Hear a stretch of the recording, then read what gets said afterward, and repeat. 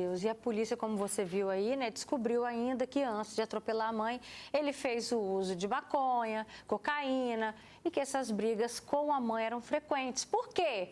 Porque ele queria que o vício dele fosse sustentado por ela. E quantas famílias, gente, não vivem o mesmo drama? Participa com a gente que esse vai ser o nosso assunto de agora. Vem cá, aqui no nosso estúdio eu recebo Luana Marocchi, que é psicóloga. Obrigada, Lu, pela sua presença. Obrigada, boa tarde. Doutor Carlos Bermudes, advogado. Obrigada também pela sua presença, doutor. E a gente também recebe aqui a dona Magnólia Borges.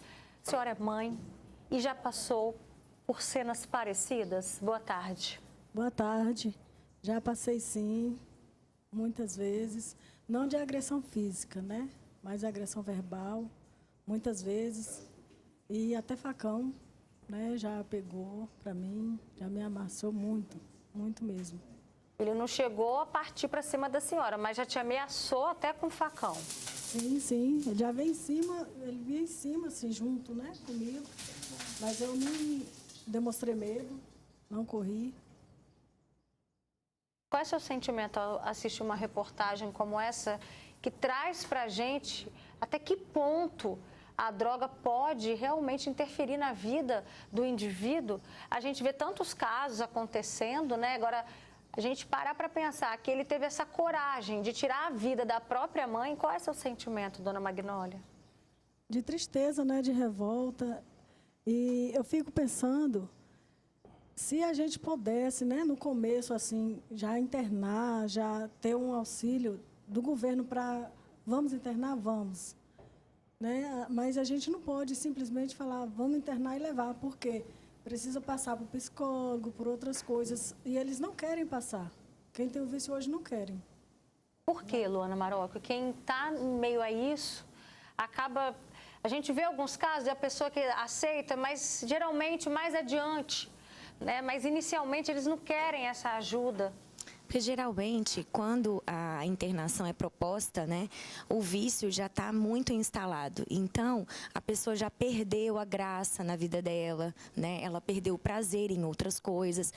Existem áreas do nosso cérebro, né, que levam o neurotransmissor, a famosa dopamina, para uma região do nosso cérebro. Então, com atividades simples do nosso dia a dia, a gente tem um retorno simples também. Então, se você come uma comida gostosa, você tem, sei lá, um nível 10 de dopamina no seu cérebro. Quando você usa uma droga potente, esse nível é elevado 100 vezes mais. Então, para suprir isso, só usando cada vez mais. Quando a família percebe que a pessoa já está no que a medicina chama de estreitamento do interesse, quando ela acaba deixando tudo que ela gosta, tudo que é prazeroso, para focar só naquilo, já é, entre aspas, tarde demais. Para você internar um paciente desse, você vai ter que internar compulsoriamente, né? E aí muitas famílias não querem fazer isso por conta dessa reportagem. Ele já está agressivo, a família ela já virou refém desse usuário, né? Então é muito difícil, porque você tem compaixão, você tem pena, é seu filho, você ama,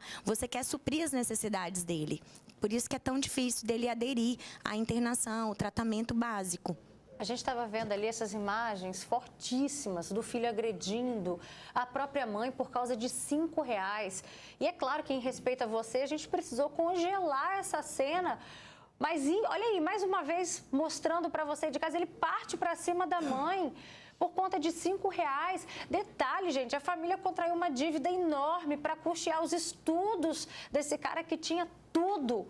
Né, tinha um futuro brilhante, um cara bonito, estudante de medicina, quase concluindo, né, na verdade, a faculdade.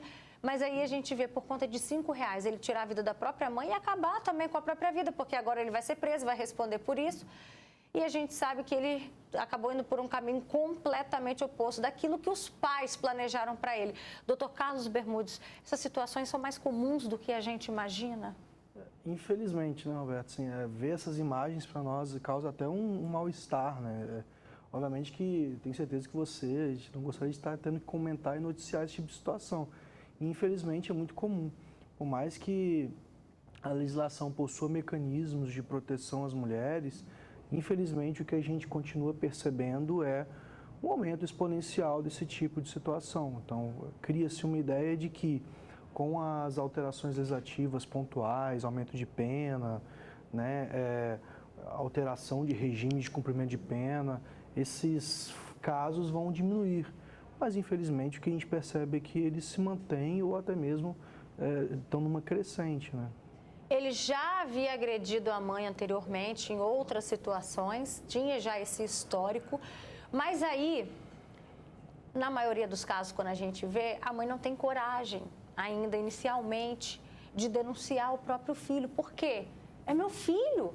Assim também aconteceu com a senhora demorou a denunciar o seu filho? Eu demorei, mas não foi assim por tanta pena, né? Foi mais para procurar ajuda, ver se eu conseguia internar. Ele falava que queria, depois não queria mais, sumia. E eu falava, não vou denunciar logo, eu quero ver se eu interno para ver se ele muda, ver se melhora. Porque ele é muito inteligente, ele é um rapaz inteligentíssimo. Mas se jogou, não quis mais saber de nada.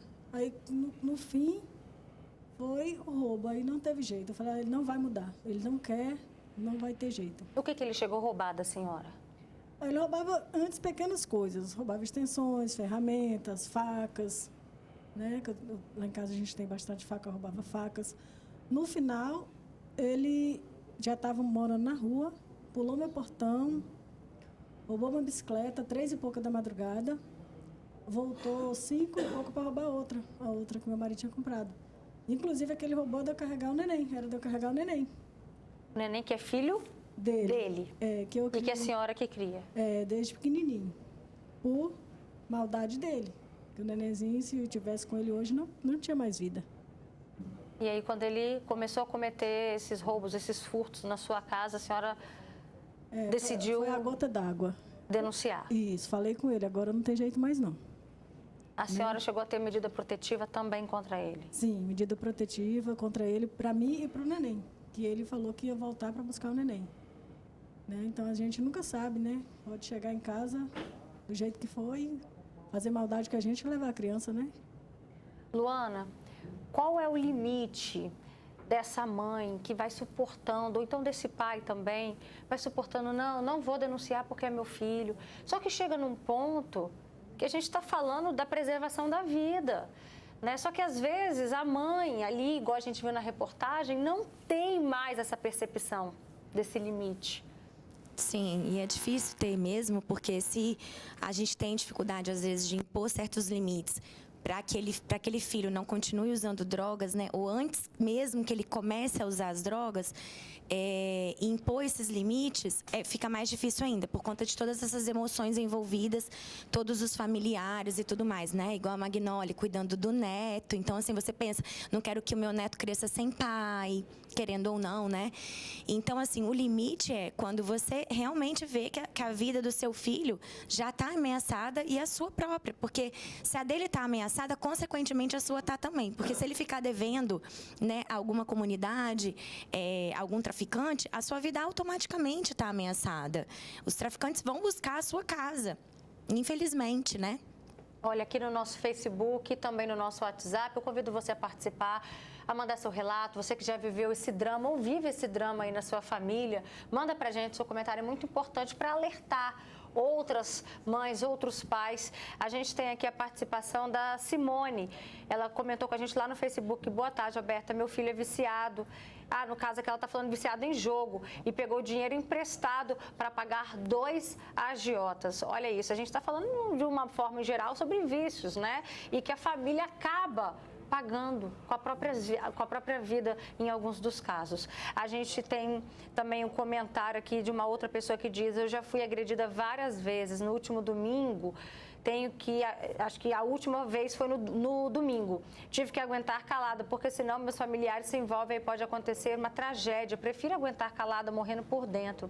Outra pessoa participa com a gente e diz, já passei por isso, minha filha também já avançou para cima de mim. O problema dela era a bebida, né? E aí ela vinha com vários xingamentos. Também tem outra pessoa que desabafa aqui no nosso WhatsApp, que diz, Roberta, neste caso não foi só as drogas, mas também a falta de limites desse filho. Pais que não controlam seus filhos para agradar, dão tudo de mão beijada, e aí acontece isso. As drogas foi só o final dessa tragédia, né? E aí uma pena as famílias destruídas por tanta fragilidade emocional. A gente também não pode julgar o que aconteceu por trás disso, né? Mas é o que leva a gente também a pensar. Misael, lá de Jacaraípe, também participa com a gente. Roberta, boa tarde. Você disse tudo, né, sobre as famílias que se tornam refém de usuário de drogas dentro de casa, muito triste. Tem muitas mães que vivem isso diariamente.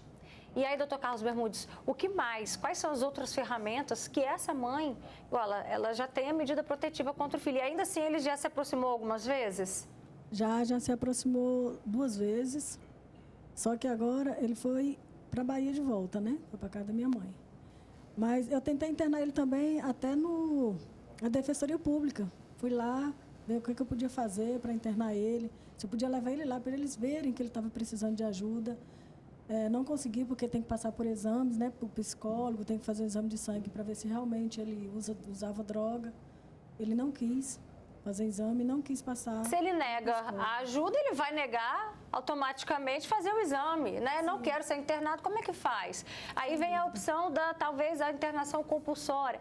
Quais são as ferramentas que hoje as mães ainda podem recorrer para tentar ajudar os filhos numa situação dessa, antes que seja tarde demais, igual a gente viu na reportagem? Bom, Roberto, a gente está tratando de indivíduos que claramente possuem uma dependência química, uma possibilidade jurídica é, de fato, o ajuizamento de uma ação com a finalidade de internação compulsória. A internação compulsória ela só ocorre hoje, de acordo com a legislação, por meio de uma autorização judicial, então seria necessário essa busca do Poder Judiciário. Além disso, existe a Lei Maria da Penha, que protege as mulheres vítimas de violência doméstica familiar contra a mulher. Uma das medidas é a medida protetiva de afastamento do lar, proibição de contato por redes sociais, de aproximação e tudo mais.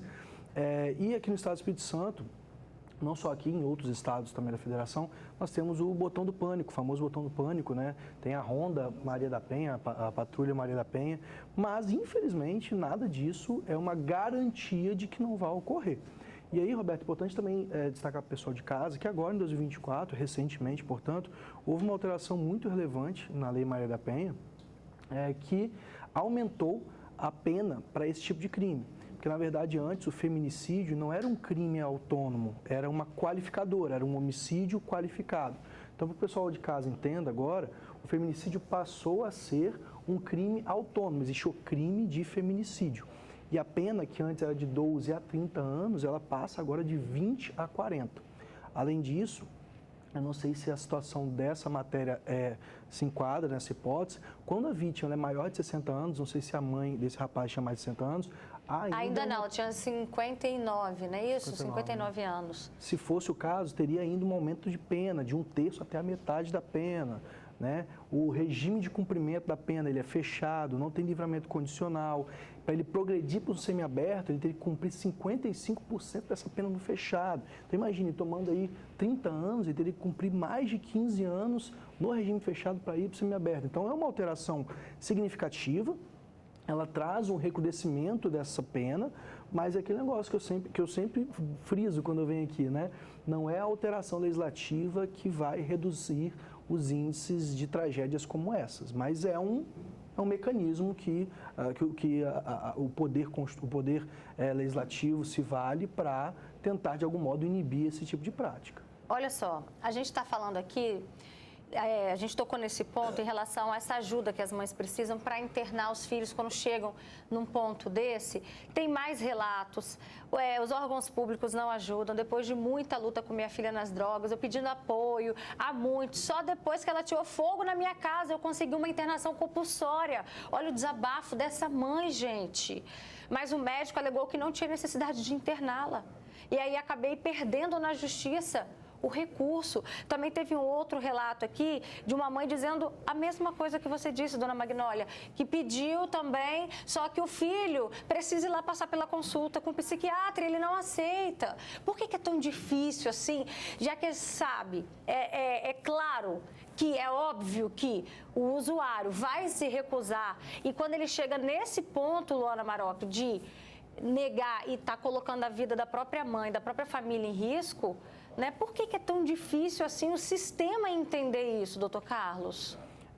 A doutora, acho que ela pode até complementar, mas existe um procedimento, a A legislação... impressão que a gente tem é que são tragédias anunciadas. Sim, a legislação, que infelizmente o tempo do Poder Judiciário ele não corresponde ao tempo da emergência das famílias. Então, só uma mãe e um pai que tem dentro de casa, um jovem, uma jovem, que passa por tipo de situação, sabe que aquela situação ela é emergencial. Mas acontece que existem prazos que, infelizmente, né? E aí, em relação, talvez, uma resistência dos médicos, acho que a doutora vai poder dizer com mais clareza a razão pela qual há essa resistência em fazer essa internação compulsória. Sim, exato. Assim, o Poder Judiciário realmente tem o tempo dele, né, que é muito diferente da necessidade da família. E o usuário de droga... Mas o sistema sabe que ele vai recusar. E a família sabe que já está no ápice, igual essa mãe falou, que a menina chegou a botar fogo em casa. Botou fogo, pronto. Aí agora pode. Aí só que na hora que foi passar pela consulta, o psiquiatra negou para essa mãe. Nesse caso, eu não faço ideia do que levou ele a negar, né, essa necessidade da internação dela.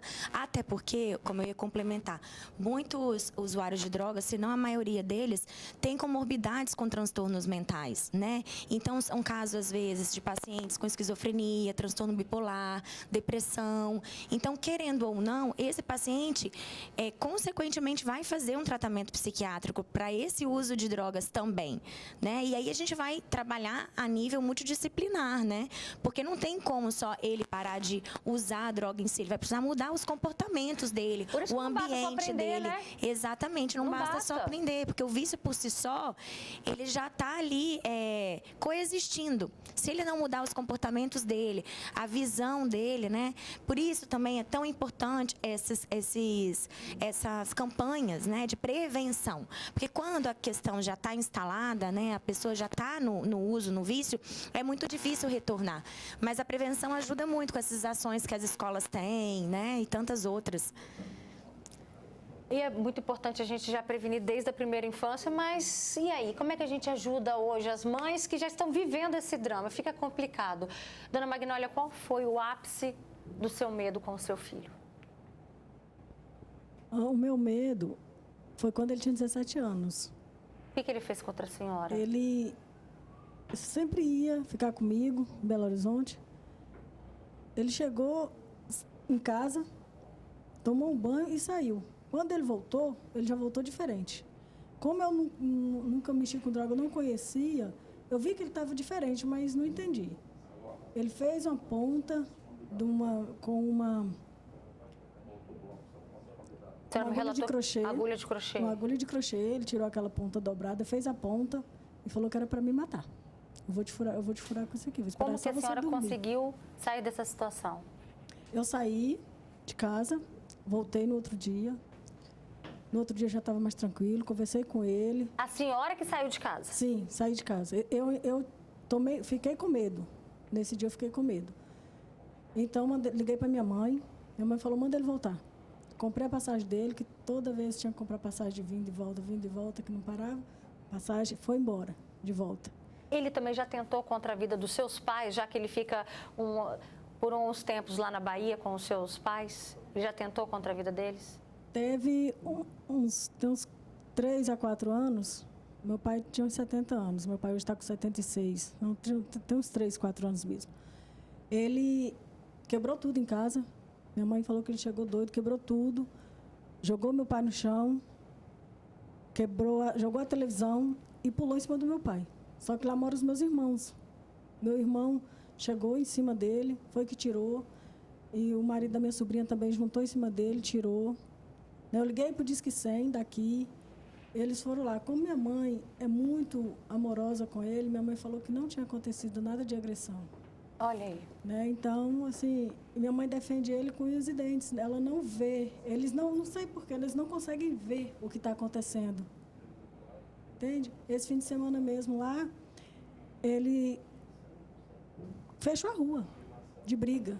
Foi um rapaz lá para matar ele de facão, minha mãe ligou para o meu irmão, a polícia ir lá buscar ele, que é 60 quilômetros da polícia onde a mamãe está. A polícia foi buscar ele, só que chegou lá, só bateu nele e falou, você está atrapalhando seu pai e sua mãe, dando problema, eu vou te bater e deixar você aqui. Não levou ele. Ele foi na minha mãe e ameaçou minha mãe, que ia se livrar da minha mãe E a sua mãe que o defende com unhas e dentes, que foi o que a senhora acabou de contar. Doutor Carlos Bermudes, diante desses fatos aqui que ela acabou de narrar, fica claro que isso é uma tentativa de homicídio?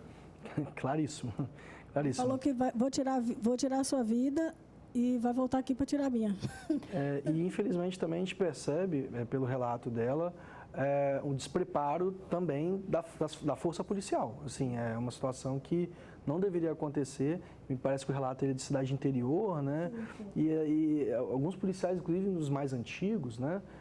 Infelizmente tem essa mentalidade. Não, isso é briga de família, vamos resolver. É porque sabe que vai prender e não vai resolver, né? Às vezes pensa, não é só a cadeia. A gente vai levar, vai assinar um termo circunstancial de lesão corporal e vai sair.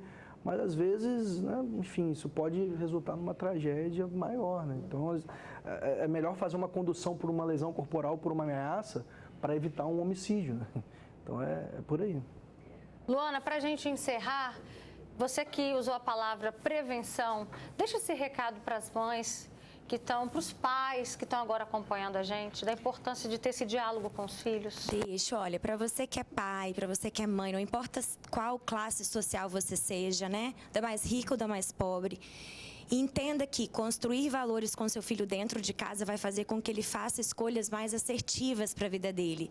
E como que a gente faz isso? A gente começa fazendo isso dando exemplos, né?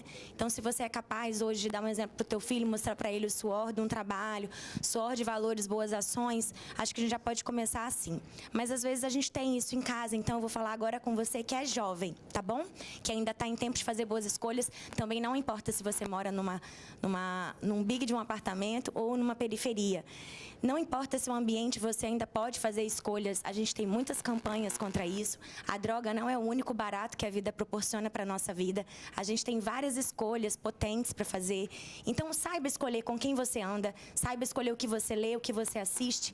A nível, né, de um tempo que a gente está falando de uma rede social exacerbada na nossa cabeça, filtra bem as companhias, as escolhas, o que você lê, o que você escuta, né? Porque música também tem ondas de frequência, também envolve as nossas emoções. Então, faça boas escolhas para você ter um futuro melhor. Depende de você. Até um certo momento, Roberto, depende dos nossos pais.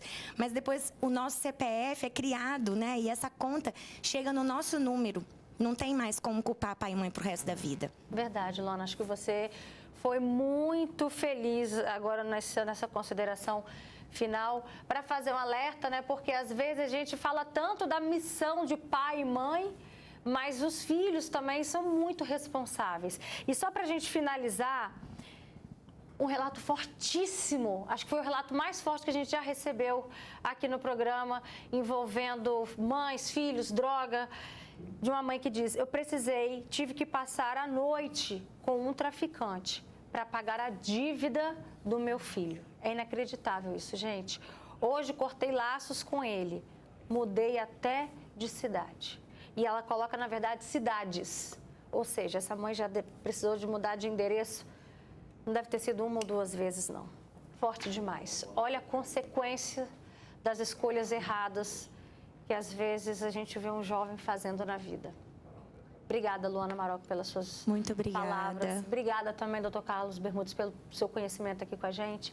E muito obrigada pela sua coragem, dona Magnólia, Eu que aqui agradeço. com a gente. Viu? Que Deus sempre te dê forças para que você consiga seguir como mulher, né? Porque já que como mãe, a senhora tem esse sentimento ainda, né, a ser resolvido, mas que como mulher você consiga seguir a sua vida. Amém. Que me dê Obrigada. forças para criar o O netinho, isso aí, isso aí.